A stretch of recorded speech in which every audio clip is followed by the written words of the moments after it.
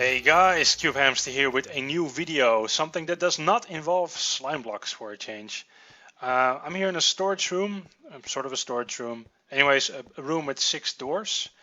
And this is something I've had, was ready for ages now, but I just didn't I didn't record the video of it yet, but I did now though.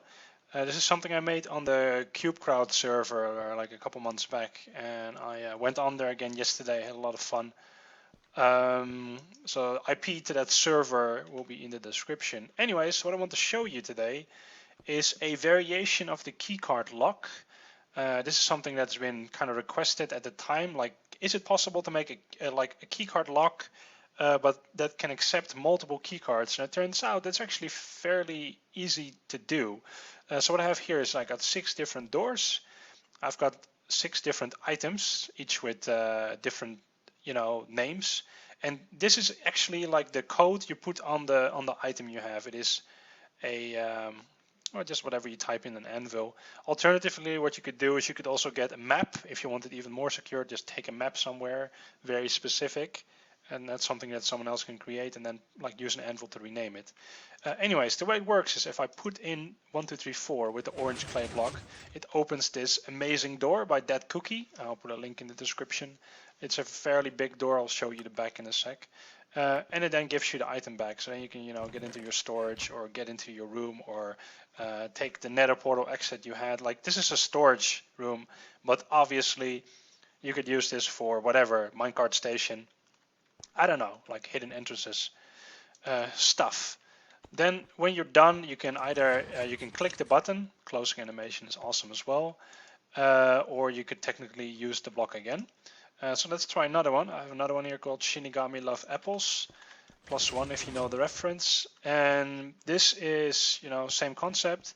And after a while, it takes a bit longer, but the bigger the system, the longer it has to go. And I've got 6 doors now, but technically it is possible to infinitely expand this. And it is a T flip-flop at the moment, so that means if I activate it again, it opens again, and then after a while, it will give you back your item. So one more time. Wait, this block is blue? Question mark. Apparently it is, because it opens the door. And it is important that the item is actually called like the specific name you want. But yeah, let's take a blue stained clay block, and if we close the door and we put this in there, you'll notice that nothing will happen because the block does not have the correct name given by the anvil. And after a while you get it back. Now I have it actually set up so that there's a little circuit that if someone is messing with your stuff, you could get a signal to activate, a trapdoor to kill them. But that's if you're a very, very evil person. Now for the redstone, what you see here is the outside view of the storage room I just showed you. You'll notice that the door I was using is redstone wise quite big and quite complicated, and that's due to the amazing open and closing animation. But it's a preference. If you want something to look cool, then it might be a bit bigger. As for what this video is about, it's about this relatively tiny blob of mostly hoppers, and I have it separated over here. I'll quickly run through what's going on. It is kind of similar to the original simple keycard thing I featured, only that this processes multiple things. So you see the bunch of hoppers. This uses item filters. And basically, if you put in an item in the dispenser, there's a hopper down there, and it will travel an item over all these filters. And if it recognizes one of them, the item will be processed and it will send a little pulse. If not, or if even at the end, it will be at the bottom and will go into this silent dropper fader, which will send the item back up through all these hoppers into the dispenser again, and at that point there will be a little delay preventing the item from going back into the system, and it will spew it out. That's kind of the basic of what is going on.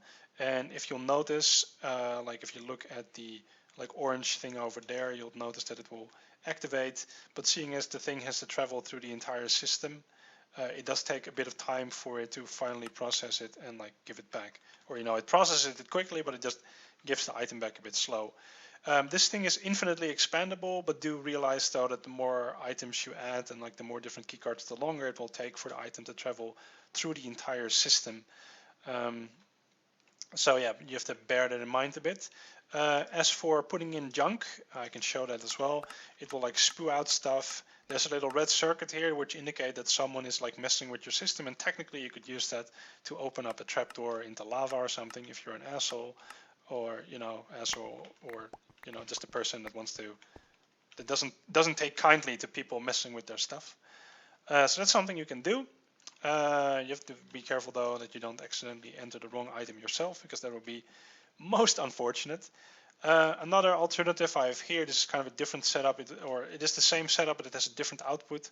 I added like a selector here. This is a pretty nice design, and the way it works now is you could use this for instance for like a minecart station-ish idea, but it basically changes the torch, so there's only one output at a time. So now we'll get like that one, and I'll pick up this item as well. So yeah, anyways, this thing will be up for download, so you can already test it out. I will do a tutorial on this because it's relatively easy, and I think it's something that could be very useful in your survival world maybe, or just something to mess around with. So a tutorial will come in a separate video. As for the door, I'll put a link to the description for the video by that cookie dough, because it's an awesome door.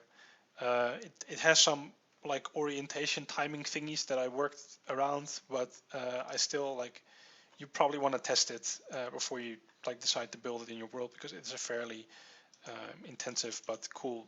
It's a cool door. Anyways.